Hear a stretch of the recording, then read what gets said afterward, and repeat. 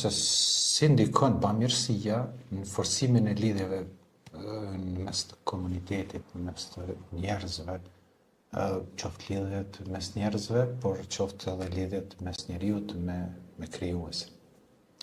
Padyshim se shembulli besimtarëve në dashuri, mëshirë dhe dëmshuri ndaj njëri tjetrit është si një trup. Kur një pjesë e tij dham, pjesa tjetër reagon. Kështu pra na transmeton dhe pejgamberi alayhis salatu wassalam thotë el muslim lil muslim kel bunyan.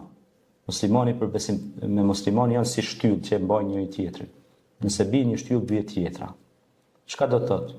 Këtu ngritet faza e rëndësishme që është solidariteti. Ata ishin të gjithë për një dhe një për të gjithë dhe ata bashkëpunonin në punë të mira. Kuntum ummatul khair, thot Zoti në Kur'an.